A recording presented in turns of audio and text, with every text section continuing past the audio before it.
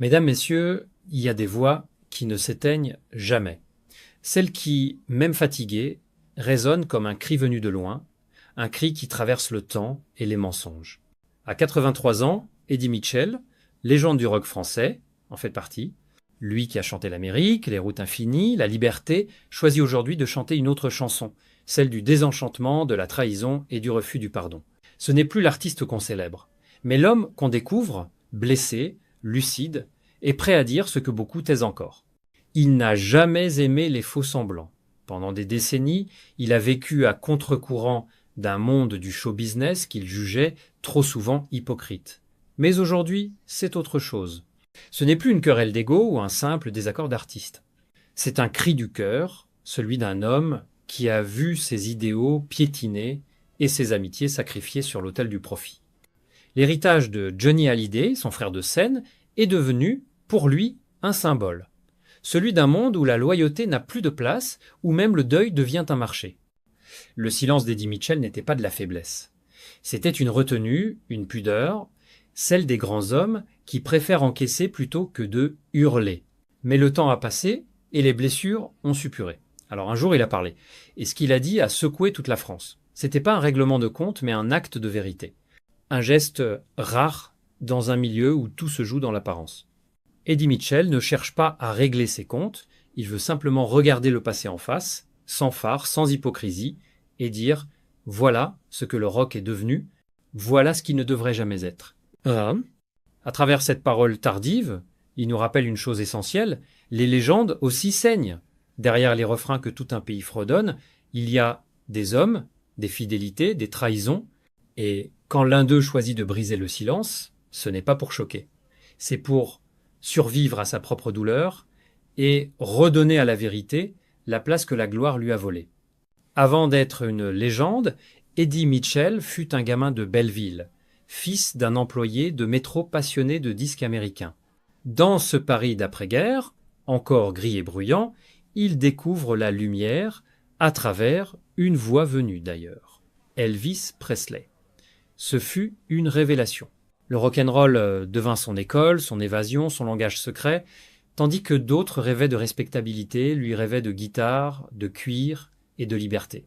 Dans les cafés enfumés du quartier, il apprenait les paroles par cœur, répétait les gestes, imitait le son des disques jusqu'à l'obsession. Il ne savait pas encore qu'il deviendrait, quelques années plus tard, la première incarnation française de cette musique nouvelle. Sa jeunesse fut celle d'un rebelle tranquille. Claude Moine, son vrai nom, n'aimait ni les conventions ni les sermons. Il grandit dans un milieu populaire où la dignité comptait plus que la réussite. De là lui vient cette pudeur qui ne le quittera jamais.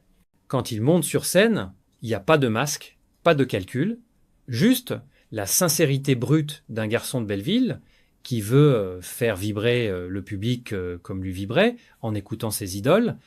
C'est cette authenticité qui fera sa différence. À la fin des années 1950, il fonde les Chaussettes Noires, groupe mythique qui importera en France l'énergie du rock américain. C'est un coup de tonnerre. La jeunesse se reconnaît enfin dans ces rythmes effrontés, dans cette attitude libre, presque insolente. Eddie Mitchell devient le symbole d'une génération qui refuse de se taire. Mais derrière le succès, le jeune homme garde la tête froide. Déjà, il sent que le système veut le formater, le réduire à une image, une caricature du rebelle rentable. Alors, au sommet de la gloire, il prend une décision radicale, quitter le groupe. Il préfère la solitude du chemin à la facilité du triomphe. En 1963, il se lance en solo, convaincu que la liberté artistique vaut plus que n'importe quel disque d'or. Cette décision forge définitivement sa légende. Celle d'un artiste inclassable, sincère jusqu'à la douleur, incapable de trahir sa musique pour plaire aux modes. Derrière chaque chanson d'Eddie, on entend cette promesse de jeunesse. Ne jamais renoncer à soi-même, même si cela coûte cher. Ce garçon de Belleville, aux allures modestes, venait de donner naissance à une icône. Dans les années 60 et 70, Eddie Mitchell trace un sillon singulier dans la musique française. Loin des artifices de variété et des refrains formatés, il poursuit une quête de vérité sonore. Chaque album devient pour lui un laboratoire, chaque chanson une tentative de sincérité absolue. Il explore le rockabilly, le blues, la country, parfois même la chanson française la plus dépouillée. À Nashville, il enregistre avec des musiciens américains, façonnant un son unique chaud, brut, profondément humain, qui tranche avec les productions lisses de l'époque. Là où d'autres cherchent le succès immédiat, lui cherche le ton juste, la note vraie, Eddie Mitchell n'est pas un chanteur de façade. Il est une voix. Une de ces voix qui semble venir d'un autre âge, grave, rocailleuse, pleine de vécu. On y entend la tendresse et la colère, la nostalgie et la lucidité. Quand il chante sur la route de Memphis, ce n'est pas une fiction, c'est le cri d'un homme qui a connu la poussière, la route et les illusions perdues. Il devient une référence, non pas pour ce qu'il vend, mais pour ce qu'il incarne, la fidélité à soi, l'élégance sans compromis. Mais Eddie ne se contente pas de la musique. Il entre aussi au cinéma comme s'il avait besoin d'un autre langage pour raconter ses silences. Plus de 50 films jalonnent sa carrière. Il y incarne souvent des hommes blessés, taciturnes, fatigués de tout sauf de la vérité. Bertrand Tavernier, dans Coup de torchon, révèle son talent d'acteur. Il ne joue pas, il vit. Son regard, ses silences, disent plus que les dialogues. Le public découvre alors un autre Eddie Mitchell, celui des zones d'ombre, des blessures non dites, de la profondeur derrière le sourire discret. Puis vient la télévision avec La Dernière Séance. Émission culte, rendant hommage au cinéma américain des années 50, il offre aux Français une Madeleine de Proust collective. Loin de la nostalgie factice, il parle de ce qu'il aime avec sincérité, transmet sans posture, à travers tous ces univers, la musique, le cinéma, la télé, une constante demeure, la fidélité, fidélité à ses goûts, à son éthique, à l'idée qu'on peut être populaire sans trahir son âme. Eddie Mitchell devient alors une figure rare, respectée par ses pairs, aimée du public, mais redoutée du système. Il refuse la compromission, les alliances fausses, la médiatisation outrancière. Il appartient à cette espèce en voie de disparition, les artistes qui préfèrent le silence à la trahison. C'est dans les années 1960 qu'une amitié légendaire se tisse, de celle qui ne devrait jamais mourir, celle entre Eddie Mitchell et Johnny Hallyday. Deux hommes différents, mais animés du même feu, la même rage de vivre, la même fidélité au rock comme religion. Sur scène, ils se comprennent sans parler. Hors des projecteurs, ils se protègent, se soutiennent, s'admirent. Eddie devient le parrain de Laura Smith, la fille aînée de Johnny, un lien scellé par le respect et la fraternité. Pendant plus d'un demi-siècle, ils partagent tout, les tournées, les excès, les doutes, les renaissances. Ensemble, ils traversent le temps, deux frères d'âme liés par la musique et la mémoire. Mais la mort de Johnny, le 5 décembre 2017, fait voler cette fraternité en éclats. Le pays pleure un monument, Eddie perd un frère. Pendant des mois, il garde le silence. Pas par indifférence, mais parce que la douleur l'étouffe. Johnny, c'était pas une statue, c'était un homme, confiera-t-il plus tard. Pourtant, très vite, le deuil se transforme en spectacle. Les hommages officiels, les produits dérivés, les concerts souvenirs se multiplient, l'émotion devient marchandise. Ce que Johnny avait incarné, la liberté, l'excès, la sincérité brute, semble soudain transformé en produit marketing. Eddie, d'abord discret, finit par éclater. Il ne reconnaît plus son ami dans ce qu'on montre de lui. Ce n'est pas Johnny que je vois là, c'est une légende empaquetée, prête à la vente, l'achetait-il dans une interview. Le point de rupture survient avec la découverte du testament américain de Johnny, qui déshérite Laura et David au profit exclusif de Laetitia Hallyday. Pour Eddie, c'est une trahison absolue, pas seulement envers ses enfants, mais envers une valeur sacrée, la famille. Jamais un père ne devrait désavouer ses enfants, dira-t-il. Cette prise de position déclenche un séisme. Laetitia Hallyday, veuve du chanteur, devient la cible de ses reproches. Eddie l'accuse d'avoir transformé le deuil en commerce, la mémoire en campagne promotionnelle, les albums posthumes, les coffrets, les monuments Harley-Davidson devant l'accord Arena. Tout cela le révolte. Johnny détestait qu'on fasse de lui un produit, répétait. Il refuse d'assister aux cérémonies, décline les invitations, coupe les ponts. Pour la presse, il devient le dernier gardien du rock, celui qui ose dire ce que d'autres taisent. Mais derrière cette colère, il y a surtout une blessure intime. C'est pas Laetitia seule qui le condamne, c'est Johnny lui-même. Pas l'homme qu'il aimait, mais celui qui a laissé derrière lui un chaos. Il aurait dû savoir ce qu'il laissait derrière lui, murmure-t-il dans un entretien. Dans cette phrase discrète, tout est dit. La déception, la fatigue, le sentiment d'avoir perdu non seulement un ami, mais un idéal. La fraternité, jadis leur force, est devenue une fracture. Et dans ce silence plein d'amertume, Eddie Mitchell ne chante plus pour plaire, il parle pour survivre. La guerre de l'héritage de Johnny Hallyday devient bientôt l'un des feuilletons les plus médiatisés de France. Pour Eddie Mitchell, elle dépasse de loin une simple querelle d'argent, elle touche à l'essentiel, le respect des morts, la loyauté, la famille. Dès que Laura Smith et David Hallyday contestent le testament américain, Eddie se range de leur côté. Il ne cherche pas la lumière, il ne fait pas de déclarations tapageuses.